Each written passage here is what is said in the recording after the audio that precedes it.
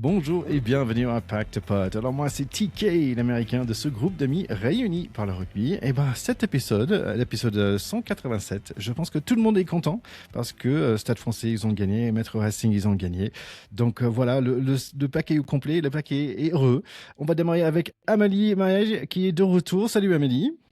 Eh oui, salut les gars, la seule rugby woman en activité dans ce pack de potes, il en fallait au moins une et c'est moi. Et voilà, c'est toi, elle est très contente de t'avoir avec nous. Et mon cher Théo de Saint-Rémy, comment tu vas mon cher Théo? Je vais très bien. Merci Amélie de nous rappeler qu'on n'a plus l'âge de jouer, qu'on est des vieux débris. Et d'ailleurs, moi, j'ai mal au dos cette semaine comme un vieux. Voilà. C'est comme disait Olivier Roumat dans les années 90, il y a très très longtemps. On me fera de vilains vieux. Voilà, mais c'est le cas.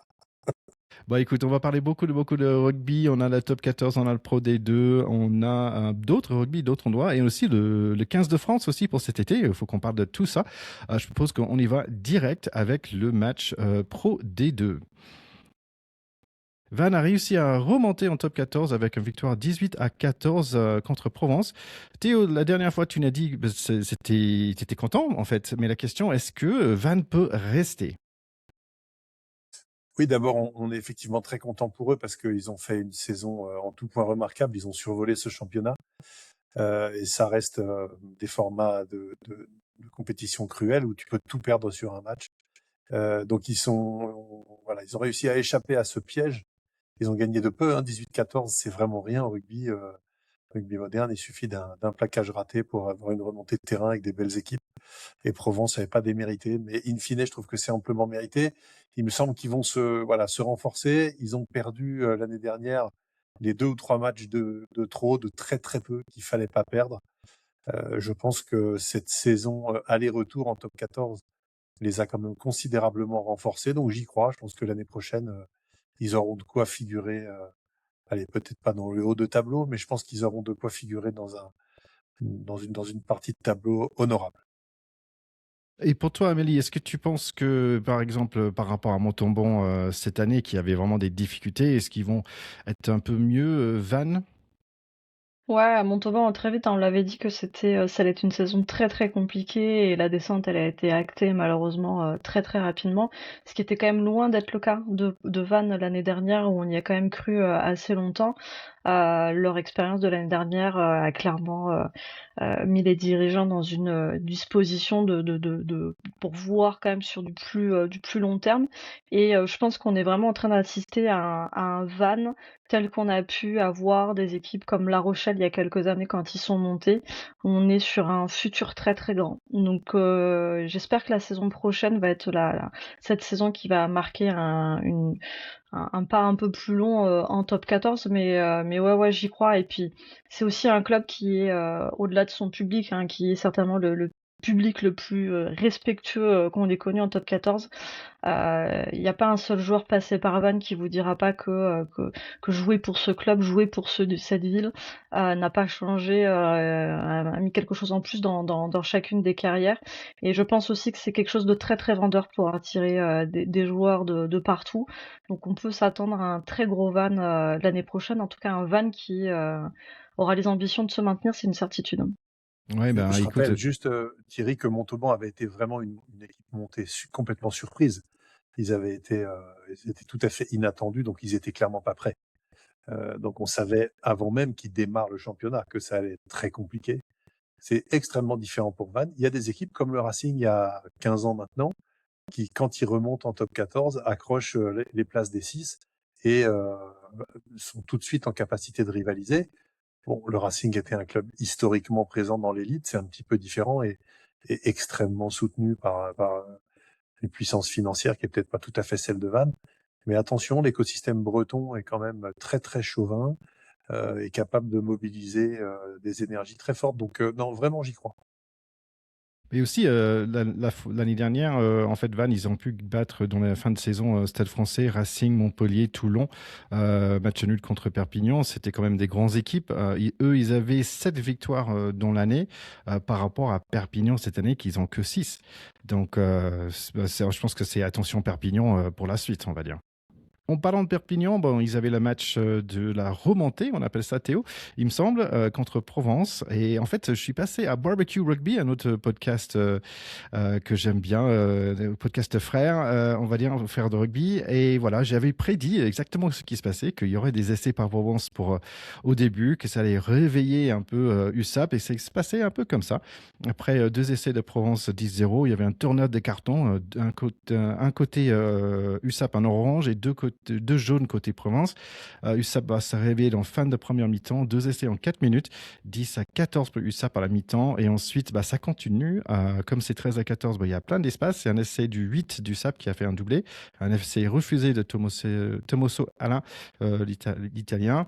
Interception tueur, je pense que tout le monde l'a vu sur des réseaux. J'ai vu en live l'interception de Yato, qui est vraiment un truc de beauté.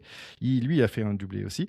Donc, cette match d'ascension, l'avantage, c'est que ça fait 4 fois, ils sont sauvés en 5 ans, ils sont rodés, mais en même temps, c'est un peu dangereux d'être toujours dans cette place. Oui, ils jouent complètement avec le feu, mais en même temps, voilà, ça fait 6 mois qu'ils se préparent à ce match, parce qu'ils ont vite vu que Montauban serait décroché et qu'ils auraient du mal à accéder à autre chose que la 13e place. Donc voilà, ils se sont mis en ordre de marche pour ça. Et ils ont réussi en dépit d'un début de match assez catastrophique. Hein. Ils ont été menés 10-0 ou quelque chose comme ça. Et franchement, je me suis dit, ça peut être le match où tu bascules dans la psychose et où tu commences à regarder tes godasses. Mais ils ont complètement renversé la vapeur. Et notamment Yato qui est rentré remplaçant, qui marque 2 essais, et qui leur a fait un match de folie comme aux très très grandes heures quand ils jouaient à Clermont. Donc ça passe aussi par des grands bons hommes qui à un moment tapent du poing sur la table et disent non les gars, ça va le faire. Là, c'est l'expérience qui a parlé, hein. Provence, Complètement. ils découvraient ce que c'était ce match d'accession, avec en plus, c'est toujours difficile de te remobiliser quand t'as perdu et quand t'es juste que le finaliste malheureux. Tu dois retrouver les forces pour essayer d'aller chercher cette place en top 14. C'était tout nouveau pour eux. Et pour le coup, l'USAP, qui a beau galérer en top 14, en fait, a l'expérience de ce match coup près. Et si effectivement le début de match a été clairement cata, même en infériorité numérique, ils ont tenu la barque. Et puis après, ils ont fait couler Provence, quoi. Donc ça a été une déferlante. Provence n'avait plus aucune solution et ça devenait limite en fait moche à regarder. Hein. Les prestations sur la fin de Provence, c'était plus du très beau rugby en tout cas. Oui, clairement, ils ont renoncé. À partir du moment où ils ont été décrochés au score, ils ont renoncé. Et puis, je pense que là, t'as tout qui, tu, tu, tu baisses les bras et il y a tout qui part à volo, quoi. C'est-à-dire que tu sais que tu reviendras pas. Donc, t'as plus qu'une envie, c'est d'aller en vacances. J'aimais bien le 9 derrière son pack, le 9 de USAP qui était comme. Il regardait même pas, il disait ouais, allez, allez. Il poussait même pas, il savait que le pack allait marcher sur les autres en fait. Il avait vraiment confiance, c'était assez drôle. Quand même, ils avaient pris Jamie Ritchie de l'Écosse, qui est même meilleur plaqueur dans le top 14 cette année, si je ne me trompe pas. Il était aussi meilleur gratteur de cette équipe. Donc voilà, ils avaient quelques stars qui sont payés à ce niveau-là pour l'investissement. Tiens, on va parler de. Attention à cette stat de meilleur plaqueur. Hein. C'est comme dans le tournoi Destination. Meilleur plaqueur, souvent, c'est que tu appartiens à une équipe qui fait que de défendre parce qu'elle a jamais le ballon. Oui, Donc, c'est vrai. ça veut aussi dire des choses. Cette stat-là, c'est que tu es le meilleur plaqueur d'une équipe qui subit, en fait. Ouais, mais aussi peut-être il mérite l'argent qu'il gagne, on peut dire ça aussi. Tout à fait. Allez, on va parler de ce week-end des barrages. En fait, on avait des jolis matchs. Ça démarrait avec un Pau Racing samedi soir. J'ai sous-estimé en fait l'effet de jouer à la maison pour Pau. On dirait presque à l'Écosse avec le cornemuse et des chansons et des montagnes derrière. En tout cas, le match s'annonce super bien. Pau imbattable à la maison et je comprends tout de suite pourquoi avec cette super ambiance. Voilà, en plus, c'est leur première playoff depuis très longtemps, il me semble. Donc, voilà, plein de bonnes raisons de soutenir Pau. Mais malheureusement, pour eux, c'est essai direct par la petite neuf de Racing, Léo Carbonneau. Mais ça ne calme pas du tout les Palois. Ils collent au score avec un pénalité marqué par Simons dans un silence complet, 7-3. Bravo Biarré avec une percée, des grattages un peu partout. Et Pau va pousser devant, essayer sur la ligne pour prendre le lead. Tour au Racing, l'attaque avance. On voit la pleine lune, au moins les fesses de deuxième ligne de l'équipe de Bleu Ciel. L'attaque cale à 10 mètres. coup dur pour Pau. Le pilier Laclaya doit sortir à 17 minutes. Il va revenir quand même. Match égal pour l'instant avec quelques erreurs au pied de Carbonneau et à la main pour les Racing Men. Les alliés de deux équipes laissent tomber quelques ballons. Et voilà, à 30 minutes, temps fort pour Pau, c'est de Simons, 17-10. Guy Ficou va rentrer côté Racing. Carbonneau a failli faire un autre exploit à lui toute seule. Il est vraiment électrique, ballon en main. Racing va quand même ajouter 2 pénalités pour accrocher 17-16 pour la mi-temps. Deuxième mi-temps et le 8 de Racing marche sur tout le monde avec une belle percée. Tuisova est là, donc peut-être il va recevoir le ballon. Clairement, un plaquage à la tête, mais le Racingman le cherchait, dit l'arbitre. C'est nouveau ça pour moi. D'ailleurs, Pau était largement hors jeu pour cette action. Racing garde le bon tempo quand même. Ils poussent les Verts à la faute. Ils désobéissent leur coach, c'est pas la première fois. Ils prennent pas les 3 points, pardon. Et c'est Ficou qui va marquer l'essai en force avec les avants. Et oui, un peu de magie, un gros plaquage de Tuisova, un Bomba, il passe à son 9, nickel, 33-17. Mais ça revient vite avec un essai en force. Carbonneau s'est sacrifié, mais c'est quand même des gros devants. Ça marque 24-33, toujours pour Racing. Du bon rugby pendant 5 minutes, Pau qui essaie tout pour passer, mais Racing reste bien présent en défense. Gaëton va percer, il passe, ballon porté à 9 minutes de la fin et ça passe 33-31, toujours pour le Racing, mais c'est chaud à Pau, super ambiance ce soir. 2 petits points d'écart pour ce demi-finale, coup de pied direct dans notre tribune pour Racing, mais belle molle après. Racing peut clôturer ce match, mais Laclaya, le pilier, il est costaud, il gratte un ballon, lancé pas droit, Racing tient bon. Et voilà, première défaite pour Pau et au mauvais moment parce que ça va être le fin de leur saison. Racing 33-31. Bon, on va pas se mentir, hein, j'étais pas vraiment pour le Racing ce week-end. D'une, pour faire chier Théo, évidemment. Deux, parce que en étant pour le Stade français, c'est le club que je peux pas me voir. Et puis, effectivement, moi, je suis plus sur ce rugby village et il y avait une ambiance de fou à Pau. Dès que j'allumais la télé, j'ai entendu les cornemuses comme toi. Déjà, on était dans l'ambiance. Et puis voilà, t'as envie d'aller voir. En fait, j'avais envie de voir une équipe qu'on n'a jamais vue en demi-finale et j'avais envie d'y croire. Alors, il y a eu des hauts et des bas dans ce match. L'énorme passage à vide là de Pau m'a fait très peur et en même temps, on a eu une fin de match haletante. Se lancer pas droit juste à la fin, il est tellement cruel. Mais voilà, une envie des Palois d'en découdre jusqu'au bout et c'était un très très beau barrage. Et puis je pense que tout le monde a été ultra ému par ce petit garçon que Canal+ a capté pendant le C'est match sûr, et le qui pauvre. le caméraman n'a plus du tout lâché. Et c'est Ah, il fou est en parce que larmes. depuis ce matin, en fait, depuis hier même, parce que le match était samedi, en fait, tout le monde le recherche, en fait, ce petit garçon. Tout le monde doit avoir son nom et on appelle déjà aux joueurs de Pau de faire un petit geste envers lui. Enfin, pour moi, c'était la plus belle image de ce match de samedi soir parce qu'en fait, tu voyais le rugby, les vibrations que ça fait générer, l'engouement. Enfin, ce petit a vécu le match comme s'il était le manager de cette équipe, avec ses hauts et ses bas, ses larmes tout au long. Enfin bref, il m'a ému comme beaucoup d'autres. Ah ouais, c'est sûr. Donc ça, c'était vraiment les très très belles images et ça aurait été fou de voir rien que pour ce petit gamin.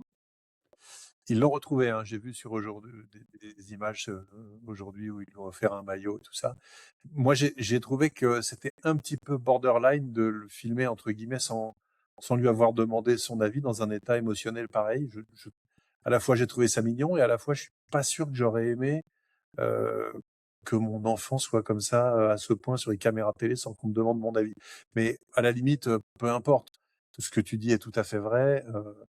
Pau méritait sur le papier, sur sa saison, d'aller en demi-finale. Ils ont déjà fait des finales, des demi, ils n'avaient jamais fait de finale. Ils avaient de quoi rêver cette année parce qu'ils ont fait une saison en tout point remarquable et c'est bien pour ça qu'ils recevaient lors de ce barrage. Et le stade du Hameau avec les chants, etc. Il y a un côté aviron bayonnais, rugby de village avec une identité très forte, avec tout ça. Le problème, c'est que le rugby, c'est pas romantique. Le rugby, c'est 15 mecs contre 15 mecs et qu'ils sont passés à côté de leur match dans des moments clés, en particulier en début de première mi-temps et début de deuxième mi-temps, là où le Racing a été très très fort, très opportuniste et très bon, tout simplement. Là, c'est clinique. T'as ton barrage à domicile, tu mets tout, tu mets tellement d'émotions et tu prends un essai à la première minute. Donc c'est quand même la plus mauvaise façon de lancer son barrage. Et au retour de la mi-temps, au moment où ils auraient dû être imprenables, ils prennent 2 essais en 6 ou 7 minutes au moment où il faut pas. Donc après, ils ont passé le match à courir après le score et contre une équipe du Racing qui est quand même extrêmement solide. Et on a l'impression qu'il y a un collectif qui s'est mis en place dans cette équipe-là qui est complètement fusionnel. Et ils sont sur une série quand même très impressionnante, hein. Mais Ils ont je battu trouve. ils ont battu le Stade Toulousain. Il y a pas si longtemps que ça. Là, ils vont être la première équipe de la saison à gagner à Pau. Donc voilà, je sais que tu soutiendras pas le Racing vendredi non plus. Mais c'est le match piège par excellence pour le Stade Toulousain, qui a pas joué depuis un moment, qui vient de perdre contre eux, qui a tout à perdre parce qu'ils se sont fait éliminer en Coupe d'Europe, parce qu'ils sont champions de France. Et le Racing en face est sur une série incroyable, un niveau de confiance incroyable et n'a absolument rien à perdre, puisque dans tous les cas, ils auront réussi leur saison. Ce qui est sûr, c'est que le Carbonneau, là, il était électrique. Il est Il était. impressionnant. Ah, mais franchement, il est tout Il n'a pas petit en fait plus. son meilleur match de la saison parce qu'il a raté pas mal de choses sur ce match-là, mais il marque quand même 2 essais. C'est un gamin qui jouait en Pro D2 l'année dernière. Et franchement, il a réussi à faire oublier Nolan Le Garec alors que tout le monde voyait le départ de Nolan Le Garec comme un drame.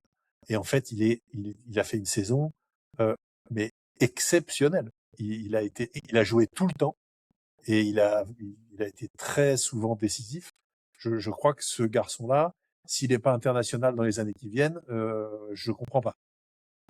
Je trouve qu'il va.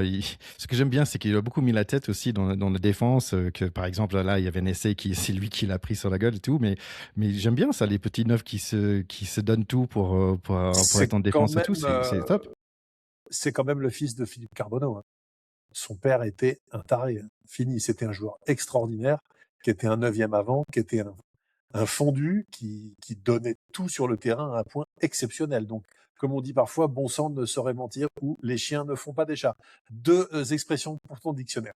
Voilà, il faut que je remplis un peu après.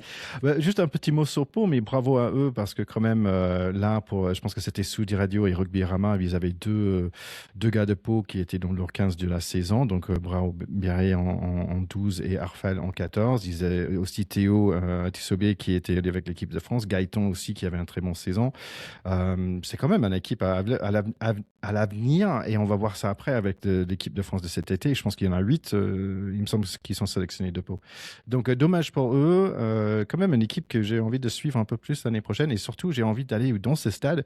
Ça me donne énormément d'envie d'aller à Vannes, à La Rochelle et à Pau. Bien sûr, ce serait top. Mais Atisogbe fait quand même une très grosse erreur. Il fait un en avant qui coûte extrêmement cher. À un moment, il transperce, il a le ballon dans les mains, il fait tomber le ballon sans opposition, alors que avec les cannes qu'il a, s'il fait pas tomber le ballon, il va Ouais, quasiment il y allait tout marquer. seul, hein. À un moment où c'est des occasions que tu peux pas perdre en match éliminatoire aussi décisif. Donc c'est très cruel, mais cet avant-là coûte extrêmement cher. Allez, l'autre match de week-end, il y avait Stade Français contre La Rochelle. Dans les premières minutes, c'est les Sodas Roses qui essaient de trouver les brèches. Et ils arrivent à 1 mètre après un touche perdu de La Rochelle, mais sans gloire au début. Les avants roses pèsent très lourd dans tous les contacts. Ils protègent bien aussi les porteurs de ballon, et avec des petits passes aussi. Romain Bria va marquer face à des avants qui laissent passer, je trouvais. 7-0, Stade Français tout de suite dans ce match. Le jeune Noah Néné de Stade Français slalom, les jaunes et noirs sont poussés à la faute, mais ils arrivent à revenir à 30 centimètres de la ligne d'essai. La Rochelle se met en mode d'attaque, mais le 15 de Stade Français, Léo Barré, va battre presque tout le monde avec une belle interception qui va malheureusement pas aller jusqu'au bout. Carbonel va louper une longue pénalité, dommage car Stade Français avait vraiment la main sur le match. Petit mot gagné par Wardy et Adrit, c'est le premier truc qui va bien pour La Rochelle en 20 minutes. Gros mêlée pour Stade Français, les 3 points sont encore ratés, poteau. Les Parisiens sont quand même sans frein. Des déblayages de malades, l'essai va finalement passer, pénal touche molle et Biarré va marquer pour la deuxième fois. À 30 minutes, si on regarde la tête des mecs sur le banc de La Rochelle, on dirait que le match est déjà fini. Néné accord avec des appuis, Ward avec des jolis plaquages, Léo Barré avec une très jolie action. Il va éviter 5 joueurs et voilà, essai par la suite. Petite séquence d'attaque pour La Rochelle, mais sans conséquence. Ward encore très impressionnant en défense. Les touches sont pour Paris ce soir, le mêlée aussi. Allez, un de mes joueurs préférés, Bottia, va entrer pour La Rochelle. Est-ce que ça va changer le destin de ce match? Peut-être bien. Gros percé côté gauche, puis les avants au milieu et Julien Favre avec un essai à droite, 19-5.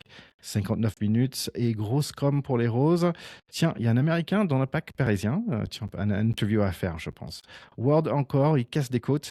Encore un scrum immense pour Paris. Il suit le ballon. Lyon Barré passe et c'est le 11 Joe Marchand qui va marquer 26-5. Et le nouveau, un pote de notre pack qui est entré, c'est Baptiste Pesanti qui est passé à la mission épisode 79. Jeremy Ward est récompensé pour tout son défense et c'est pour lui. 66 minutes et voilà, Greg Adwit sait que le match est fini. Il n'essaie plus de protéger le ballon. C'est gratté 80 mètres plus tard et quelques actions après. C'est Joe Marchand qui va faire le doublé. Mais c'est pas fini. Bria va il va marquer un triplé. Mais dommage, il est blessé. Quand même, ça finit 45-5. Vas-y, Amélie. Moi, j'ai eu quand même un petit coup de frayeur. C'est-à-dire que, marqué à la 5e minute, je me suis dit: «Bon allez super, ils sont bien lancés». D'autant plus que, il y avait un peu à se rattraper du week-end d'avant, hein, puisque c'est cette défaite à La Rochelle qui coûte aussi la 2e place à Paris et qui oblige à passer par un barrage. Et puis tous ces points, laissés en route, hein, les 2 pénalités, l'essai avec, la percée de Barry qui était censée aller au bout qui y va pas. On remarque derrière mais il y a pas la transformation et je commence à faire les petits calculs dans ma tête et je me suis dit et c'est ce que j'ai dit à Martin, j'ai dit: «Tu vas voir qu'on va perdre le match et que cette quinzaine de points qu'on vient de laisser, ben, on va s'en mordre les doigts». Et puis en fait, bah, La Rochelle nous a laissé gagner le match. Nul en touche, nul en mêlée, des décisions de jeu improbables. Et Paris s'est baladé dans cette défense rochelaise pendant 80 minutes. Alors, je sais pas si les Parisiens étaient vraiment au-dessus, mais j'ai quand même vu des belles actions. Ou si vraiment La Rochelle est passée à travers, et je pense qu'il y a un peu des deux. Mais je vais pas vous mentir que 45-5, eh ben forcément, tu te dis ça c'est cool, un bon barrage, et puis t'arrives avec le plein de confiance. Mais voilà, mon cœur de rugby woman est quand même un peu triste pour les Rochelais parce que c'est très cher payé pour un barrage. Et puis quand tu vois, t'as parlé de Greg Aldrit, quand le mec il retire son casque aussitôt dans le match, c'est que clairement, c'est que ça va pas sur le terrain et que t'essayes de trouver des autres solutions. Mais les mecs qui jouent avec des casques qui l'enlèvent généralement, tu sens que ça devient un peu fébrile sur le terrain. Donc ouais, une très belle victoire de Paris, mais à voir si ce que ça va donner pour la suite. En tout cas, j'ai pas l'impression qu'ils se soient méga fatigués autant que le Racing pour leur demi-finale. C'était peut-être un peu trop facile ce barrage. Ouais, 45-5, 19-0 à la mi-temps. Alors, c'est vrai qu'il y a eu 2-3 atermoiements et 2-3 approximations, en particulier Carbonel qui s'est un peu trouvé au pied. Il vaut mieux se trouver au pied dans les matchs qu'on gagne 45-5 que dans ceux qu'on perd de 17-18. Donc, à la limite, il a eu son joker de coups de pied ratés. Mais entre les frangins Allo Emile et Jérémy Ward, cette équipe-là, elle peut gagner à 3 contre 15. En mêlée fermée, ils ont été monstrueux. En touche, ils ont été très très bons. Et derrière, ils leur ont marché dessus. Donc effectivement, l'équipe de La Rochelle était le fantôme de la grande équipe de La Rochelle. Ils ont subi du début à la fin. Ils ont reculé, ils ont été mauvais, c'est tout. Et à part Aldrit, qui effectivement a sonné la révolte 2-3 fois et a été, je trouve, à la hauteur de sa réputation et de son nom, le reste de l'équipe était déjà en vacances. Enfin, je veux dire, c'est catastrophique de venir perdre en se faisant à ce point dominer un match aussi important quand tu as mis autant d'énergie pour aller chercher la qualif. Donc voilà, je pense qu'il y a quand même une saison un peu à oublier pour La Rochelle, même même s'ils ont réussi à aller dans les 6. Je pense qu'ils sont quand même très orphelins de Douni Antonio, qui a connu sa sortie assez dramatique cette année avec son pépin de santé. On le voyait dans la tribune. Et cette équipe était quand même pas la même quand il y avait Uni Antonio. Ils l'ont pas remplacé. C'était le papa de ce groupe. Et ça en dit assez long sur, je pense, l'ascendant psychologique de quelques joueurs d'exception dans un groupe. Et il va falloir qu'ils se remettent, voilà, en recherche du remplaçant de Uni Antonio, en particulier sur le leadership sur le prix, quoi. Je pense que c'était peut-être ça qui leur a permis de gagner les 6 matchs à la suite et entrer dans les playoffs quand même pour Stade Peut-être, ouais. Rochelais. Mais c'est vrai que j'avais regardé le fin de la match la semaine dernière et c'était deux équipes assez égales, sauf que ils étaient à La Rochelle et bon, ils ont pu tenir jusqu'au bout les Rochelais. Mais c'était rien à voir pour moi. Il y avait une équipe qui n'était pas là de tout. Non, mais c'est une prestation indigente. C'est pas du tout à la hauteur de l'enjeu. Voilà. Ça peut arriver, hein. C'est comme ça.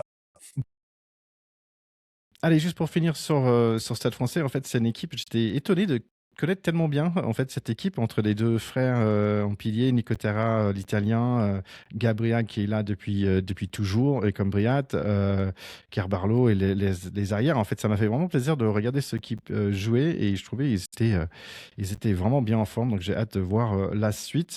Théo, tu as un dernier mot avant des pronos? Non, juste sur La Rochelle et pour finir, ils ont aussi Levani Botia. Je sais pas s'il a re-signé, mais c'est quand même un mec qui a 37 ans. Ça fait 12 ans qu'il est au club. Il a tout vu. Lui aussi, c'est l'âme du club. Je sais pas s'il sera encore là l'année prochaine, mais par définition, il n'est pas éternel. Donc, la problématique des successions et de la fin de cycle à La Rochelle, pour moi, est vraiment une problématique tout à fait brûlante. Sinon, on peut lui donner beaucoup de poulet à manger, il peut passer en première ligne. Il en mange Euh, déjà énormément. Allez, on va passer alors pour les pronos pour la suite, en fait. Donc, semaine prochaine, il y a Toulouse Racing, Montéo. Est-ce que tu penses que Racing va passer? Je pense que c'est une demi-finale qui est très ouverte, d'autant plus que le Stade Toulousain est forcément favori. Et je pense que le Racing est jamais aussi bon que dans des situations où ils ont rien à perdre. Donc voilà, la raison tend à dire que le Stade Toulousain devrait s'imposer, mais je pense que le Racing est tout à fait en capacité de créer la surprise. Et pour toi, Amélie, c'est Montpellier, Stade Français. Est-ce que Stade Français, ils ont assez de pouvoir dans le pack? Oui, oui, oui, je suis persuadée qu'il y a moyen de passer. Et je n'attends que ça, que d'avoir une finale Toulouse au Stade Français. Désolé Théo. Mais moi, j'aimerais beaucoup une finale Racing Stade Français parce que ça finirait de clore le chapitre de la fusion Stade Français Racing contre laquelle je m'étais érigé. Et on Pareil. prouverait, en étant au sommet du rugby français, que c'était vraiment une gigantesque connerie. Et tout ça avec un titre du Racing à la fin, ce serait parfait. Allez, on va continuer avec les pronos. Bon, pour cette fois, ça va être rugby féminin. Donc, tiens, on va parler Elite 1. Alors, qu'est-ce qu'on a comme demi-finale alors? Pas trop de surprises, hein. Ça fait déjà quelques épisodes qu'on vous parle des 4 premières équipes qui ne devaient pas trop bouger au classement et c'est confirmé. Donc Romagna va recevoir Blagnac qui a terminé 4e. Donc elles vont recevoir leur demi-finale à domicile. Au même titre que le Stade Toulousain va recevoir Bordeaux pour sa dernière à domicile également. J'ai bien peur que Blagnac se morde les doigts du côté de l'Auvergne. Et ça risque d'être assez accroché entre Stade Toulousain et Bordeaux. Sur la dernière journée, on a eu un joli 27-27 Toulouse-Romagna. Donc on est vraiment sur un gros trio. Tout peut arriver sur le Toulouse-Bordeaux. Et puis, faudra attendre pour avoir notre championne de France. Mais il y a déjà eu des championnes de France puisque les 6 autres finales ont eu lieu la semaine dernière. Donc La Rochelle a enfin gagné sa finale après 4 finales perdues. Elles sont enfin championnes d'élite 2 et vont découvrir l'élite 1 et elles ont eu d'ailleurs l'honneur de pouvoir venir avec le bouclier de championne de France le week-end dernier. Vous avez peut-être vu des images à la télé. Elles ont débarqué à Marcel de Flandre juste après la qualif des garçons pour ce fameux barrage qu'on vient de décrypter. Du côté de la Fédérale 1, la poule division dans laquelle j'ai joué cette année, c'est les filles de Nancy qui ont été sacrées championnes de France. Et à ce niveau-là, quand tu es championne de France, tu montes aussi. Donc elles seront en élite 2 l'année prochaine. Et le dernier petit poussé, Théo, t'es les filles du Racing, les réserves du Racing et championnes de France de Fédéral 2. Donc les grandes avaient gagné l'année dernière en Fédéral 1 et leur réserve a gagné cette année en Fédéral 2. Donc très très belle formation des joueuses du Racing Men, du Racing 92. Et je rappelle que les cadets du Racing, les Goderman, ont été champions de Également, France ouais. également et ils ont battu Pau. Donc c'était vraiment pas un week-end à jouer contre le Racing pour les Palois. Mais ça prouve aussi que le Racing est également quand même un grand club formateur. Ouais, tout à fait, il y a pas voilà. Les champions se suivent et se succèdent et puis du coup j'en profite pour saluer mon petit cadet que j'ai en cours Isma qui s'est qualifié et qui jouera lui, c'est la catégorie qui joue sa finale au Stade de France en levée de rideau celle du top 14. Donc j'ai hâte aussi. Avec le Stade Toulousain évidemment. Ouais. Bah écoute, Outre-mer, il y a encore du rugby. Bah, il y avait Glasgow, malheureusement, ils ont perdu contre les Bulls de South Africa, mais Leinster a pu battre des Stormers. Donc ça va faire quand même Leinster contre les Bulls pour United Rugby. On va dire, allez, Leinster quand même, on est pour les Irish. Dans la Premiership, désolé pour notre écoutrice Bex Flanagan, mais Bath, même s'ils étaient devant 26-10, ils n'ont pas pu résister contre Exeter, qui est ancien champion récemment d'ailleurs aussi. Bah, ils ont pu revenir. Bath avait une dernière opportunité dans les 80 minutes et voilà, grosse défense à la dernière seconde d'Exeter pour arrêter tout ça. Donc ils vont aller voir Northampton et ton pote, le petit blondinet là, dans le final. Notre préféré, notre chouchou. Exact. Côté MLR, hein, j'ai parlé la dernière fois de ce fameux Championship Weekend aux États-Unis où tu peux aller faire scrummer contre plein d'autres équipes juste avec tes potes. C'est assez fou. C'est comme un match de sumo, mais en scrum. Voilà, on ne sait pas qui a gagné pour l'instant, mais des Chicago Hounds contre Old Glory. Je voulais juste dire, allez, Chicago Hounds, parce qu'il y a Michael Baska qui est passé à l'émission aussi, parce qu'il était à Rouen à l'époque. Donc, il était sur l'équipe de France de 9 du Rouen à l'époque. Et maintenant, il joue à Chicago. Donc voilà, un petit mot pour Michael. Vas-y, man.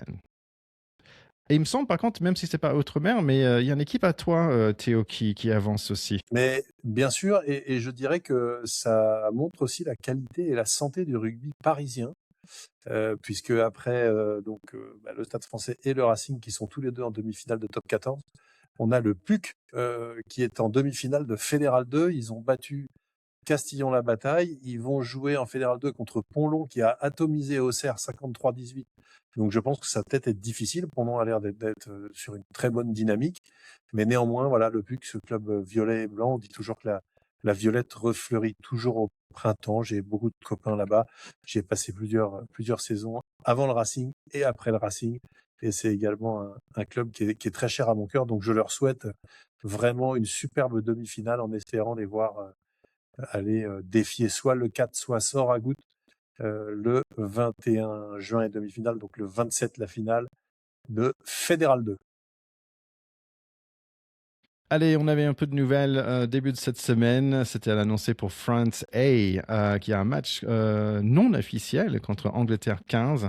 Voilà, mais par contre, il y avait beaucoup de noms. Et le retour d'un en particulier, c'est Jefferson Poirot de Pau. Et tiens, il n'y a pas un Sudaf, il me semble qu'il n'y a pas de Sudaf, mais il y a un Australien. Et son nom, c'est Thomas Stanforth de Cast Olympique. Voilà, donc j'étais un peu surpris de voir un match si tôt, mais quand même, on a des matchs cet été, début juillet, donc il faut se préparer déjà. Et Stanford, c'est le mulet le plus dégueulasse du championnat de France, on peut le dire quand même. C'est un Australien quand même. C'est un sacré client. Tu vois, il est né comme ça. Mais j'aime bien, c'est l'histoire il a 31 ans, tu vois, donc c'est ce genre d'histoire, c'est toujours bien. Ça fait plusieurs saisons qu'il fait des très très grosses saisons. Franchement, il mérite tout à fait de faire un petit coup de projecteur sur sa carrière et ses performances. Ce qu'on peut dire, c'est qu'il n'y avait pas Greg Andrit ni Damien Penaud sur la liste, mais peut-être il mérite un peu de pause pour cette première match comme ils ont joué la semaine dernière. Il faut faire souffler les mecs. Hein. Mais j'aimerais bien quand même voir Guy Ficou quand même de retour sur l'équipe pour avoir son 100e cap. Je pense que ça peut être vraiment sympa. Ouais, on va attendre la fin des playoffs en France pour voir qui viendront compléter ces 28 joueurs. Mais oui, il y aura certainement des belles têtes qui vont revenir. En tout cas, on l'espère. Après, tu réclames Penaud. Je rappelle que le gars, il a pas été pris pour le 6 Nations, donc ça se trouve, il va pas être pris tout court non plus. Hein. Affaire à suivre. On n'a jamais su le fin fond de cette histoire. Effectivement, on l'a jamais su, et moi, je serais quand même très surpris qu'il soit définitivement sorti de l'équipe de France, mais avec Galtier, de toute façon, pour comprendre entre les lignes, c'est très compliqué. Bon, à partir du moment où le mec il est prêt à appeler à Was, tu peux pas accepter des mercenaires. Mais on va pas, voilà. C'est un autre sujet, c'est encore, mais voilà. Des mecs comme ça n'a rien à faire en équipe de France. Prenons des vrais gars, des mecs qui ont envie de défendre ce maillot avec honneur et valeur. Bien dit. Bon, écoute, je propose qu'on boucle. Est-ce qu'il y a quand même d'autres sports? Pour moi, c'était la NBA aux États-Unis où, en fait, le titre, on peut dire, c'est Wemby Must Wait. Mm, Écoute, mm. c'était les New York qui ont gagné. En fait, il y avait 12 points de différence, en fait, dans les 5 matchs. Que 12 points qui a séparé, en fait, c'est les New York Knicks contre les San Antonio Spurs. Donc, ça veut dire que c'était très, très proche, même s'ils ont gagné déjà en 5 et pas en 7. Mais Wemby, presque à la fin de chaque match, les Spurs étaient devant. Sauf que c'était l'année pour les Knicks, en fait. On peut pas dire plus que ça. Moi, je trouve qu'on peut, certaines personnes qui sont méchants, entre guillemets, avec des joueurs, je trouve que parfois, c'est juste Brunson c'était son année. Et voilà, il méritait bien son victoire. Il a marqué, je pense, plus de 40 points dans les derniers matchs. Voilà, c'est un vrai papa. En fait, même si, on peut dire quand même pour pour des fans de rugby, c'est Antoine Dupont, en fait, de la NBA. Non, il a été monstrueux. Il a clairement sauvé les Knicks. C'est là où, de toute façon, tous les Français, on était ultra chauvins. On était tous pour les Spurs parce qu'on voulait absolument que Wemby brille aussi rapidement, encore plus qu'il ne le brille déjà en NBA. Mais voilà, revenir avec autant d'écart, là, c'est une véritable remontada qu'on a vue dans le basket. Et Brunson a été monstrueux et c'était amplement mérité quand tu es capable de sortir tes tripes pareilles et de renverser sur le match 4 et 5, hein, cette tendance. Vous avez tellement d'avance les Spurs et ils se sont fait revenir au score. Et voilà, donc immense déception pour Wemby, mais c'est que partie remise et Ouais. je, Que je, son je pense troisième que là année, il hein. a lancé un ton, voilà. On va avoir très très peur de lui sur les terrains et ça nous ravit énormément. Alors après on a quand même deux Français, 8e et 9e Français, qui sont champions NBA pour notre pays aussi, donc on n'est pas non plus trop lésés les Français. Je trouve que le titre d'Enix est mérité. Moi, je trouve que c'est très sympa parce que c'est quand même une immense équipe du basket américain qui n'avait pas gagné le titre depuis 1973. Donc ça, je trouve que c'est fantastique et pour la culture d'un club, revenir comme ça, je trouve ça magique et vraiment rien que pour ça, je trouve que c'est une très belle histoire. Et Wemby, ils sont passés au travers du match où ils se sont fait remonter que tu décris. Mais voilà, ils menaient de 25 points, ils ont perdu. Donc à partir du moment où tu passes au travers d'un match comme ça, même si c'est au meilleur des 7 matchs, je pense que tu montres que tu n'es pas la grande équipe qui mérite de gagner. Et ils auraient jamais dû perdre ce match-là. Ils l'ont perdu. C'est normal. Et d'ailleurs, Wemby lui-même, j'ai bien aimé. Il est très calme. Il a 22 ans. Tu dirais un sage. Il dit, on n'était pas prêt. En fait, on a raté trop de choses et c'est tout. Et on en gagnera d'autres. Mais la bague cette année, elle n'était pas pour nous. Je le trouve encore une fois d'une intelligence, d'un calme, d'une classe. Ce gamin me fascine. Et même s'il a perdu cette fois, je le trouve exceptionnel. Ouais, bien dit, bien dit. Ok, c'est tout pour aujourd'hui, les gars. Écoute, grand plaisir de passer ce moment avec vous. On va essayer de revenir pour au moins le final du top 14. Et à ce moment-là, on aura plus de nouvelles pour l'élite aussi. Donc voilà, et pour se préparer pour ces matchs France, Nouvelle-Zélande et Australie et Japon par la suite. Bon, ciao, ciao, les gars. Merci beaucoup. Eh ben salut, on vous embrasse tous. N'oubliez pas de liker nos épisodes, de les partager avec vos copains. Et puis, les gars, tu vas un peu fort quand même. C'est une fille, Amélie. Faut quand même pas déconner. Moi. Alors, je t'embrasse, Amélie. Voilà. Guys, T'es trop mignon. you know what I mean, guys. C'est trop mignon. À très bientôt et revenez vite pour savoir qui, entre Théo et moi, avons réussi à atteindre la finale, voire un peu plus. Qui va Voir gagner les le deux. duel et on Imagine sait jamais, on sait Une jamais. finale Stade Français Racing, j'en rêve. En tout cas, je supporte tout à fait le Stade Français contre Montpellier. Allez, on arrête là. On vous embrasse. Allez, ciao, ciao tout le monde. Bisous. Ciao tout le monde!